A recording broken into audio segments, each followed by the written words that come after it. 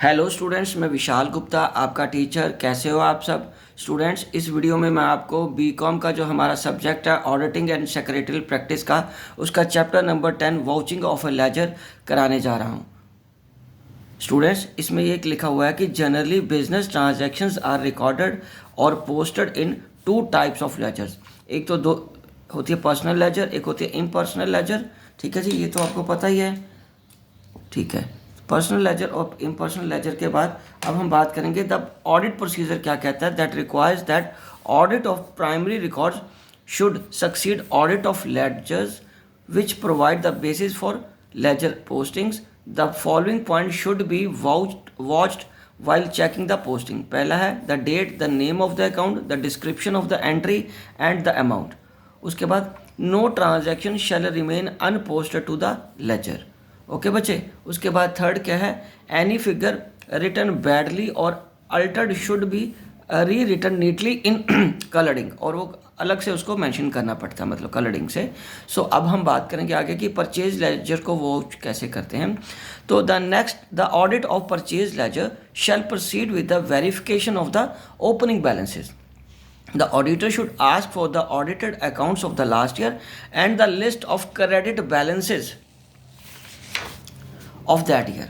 ठीक है। The posting of the purchase ledger shall be verified from the cash book, the purchase register, the bills payable book, the purchase return book, journal etcetera. ठीक है बच्चों। It should also be check that the correct amount of on the correct side. जो bill number है वो for which the credit is given in the ledger should also be shown.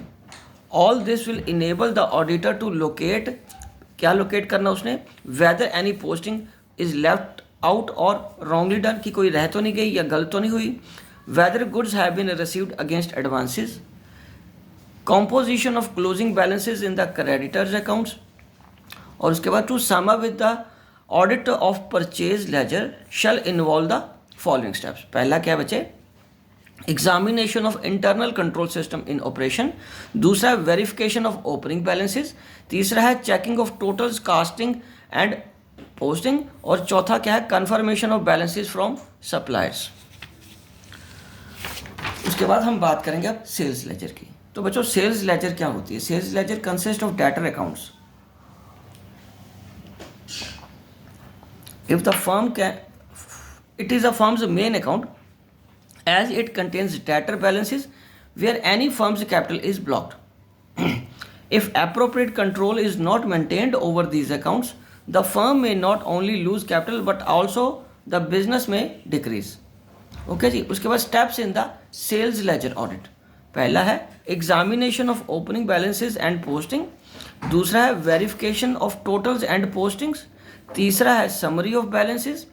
चौथा है specific checking of each account. पांचवा है receiving credit balance in the sales ledger. Next है confirmation of balances. Seventh है bad and doubtful debts. उसके बाद है examination of credit policy और रिजर्व फॉर डाउटफुल डेट्स। इन सभी के बारे में अच्छे तरीके से चेक करना है। And after that impersonal ledgers को कैसे चेक करेंगे। Impersonal ledgers contains the account of nominal and real nature.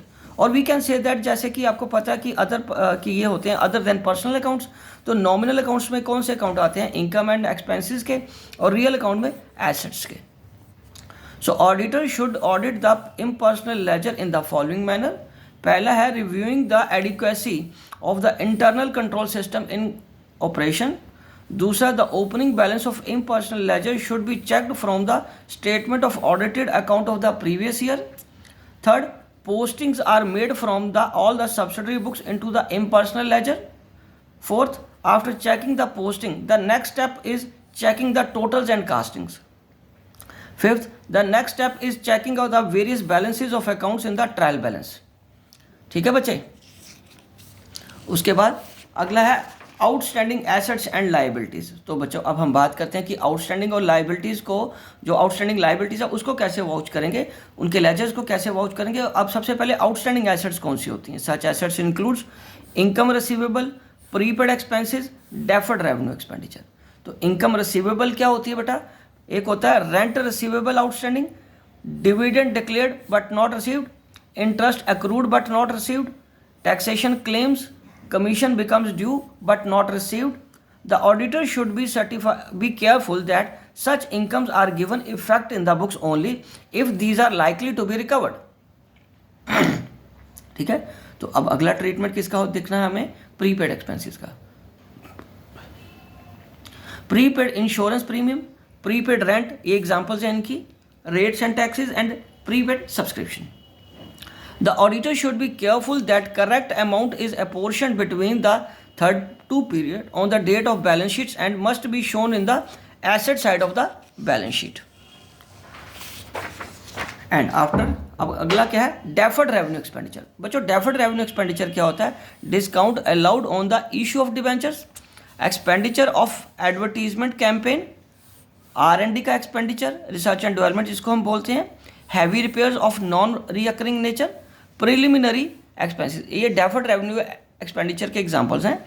The auditor should check that only legitimate account is carry forward, the expensable portion is to be shown in P&L and deferred portion is to be shown on the asset side.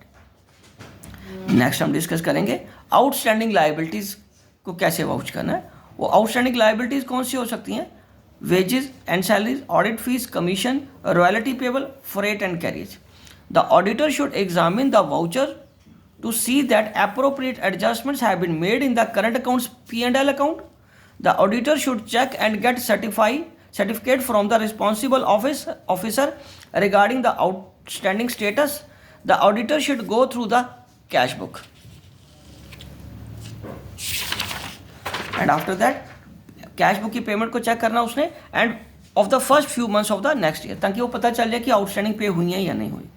बच्चों अब हम आगे discuss करेंगे contingent liabilities क्या होती हैं. So contingent liability is not actual liability. ये actual में कोई लायबिलिटी नहीं होती, बट इट में डिपेंड अपॉन द सर्कमस्टांस और डिपेंड अपॉन हैपनिंग और non happening of a particular event. For example bill discounted, suits pending for damages, pending court cases by the customers. तो ये वो चीज़ें हैं जिनकी लायबिलिटी अराइज हो सकती है. अगर बिल डिस्काउंटर डिसऑनर हो जाता है, suit paid pending for damages, हमें क्लेम अब देना पड़ेगा. अगर pending court cases by customer, अगर वो जीत गए फिर नहीं देना पड़ेगा. तो ठीक है, इसलिए इनको कंटिंजेंट लायबिलिटी बोलते हैं. The auditor should consult the solicitor of the client to assess the value and genuineness of such liabilities. क्योंकि कंपनी वाले तो कोई भी सर्टिफिकेट दे देंगे ये बना के कि इसका ये करना है, पर उनको उनके वकील से बात करनी है कि क्या वाकई ये लायबिलिटी अराइज हो सकती है, उसकी जेन्युइननेस क्या है. चलिए अब हम आगे बढ़ते हैं बच्चे. आगे है कंटिंजेंट एसेट. सो बच्चों कंटिंजेंट एसेट क्या है, और are those assets which may arise on the happening of a certain event. Okay, उसके बाद है for example uncalled share capital of the company, claim for acceptor of bills receivable, claim for infringement of a copyright and claim for the refund of sales tax octroi etcetera. Okay बच्चे, तो इसका क्या करते हैं, it is logical as the contingent liabilities are shown in balance sheet, contingent asset should also be shown, but company account doesn't require disclosure of contingent assets in the balance sheet. पर जो company act है वो इसको नहीं बोलता, require नहीं है, वो कंपलसरी नहीं है. तो इसलिए कोई भी कंपनी जब भी अपनी बैलेंस शीट बनाती है उसको उसमें ये कंटिंजेंट एसेट्स को शो करना कंपलसरी नहीं है. ओके बेटे, तो चलो इसी के साथ ये चैप्टर कंप्लीट होता है. आई विश आपको अच्छे से समझ आ गया होगा. आप इसी तरह मेरे चैनल को सब्सक्राइब करके वीडियोस देखते रहिए और अपना कोर्स कंप्लीट करते रहना. Wishing you good luck.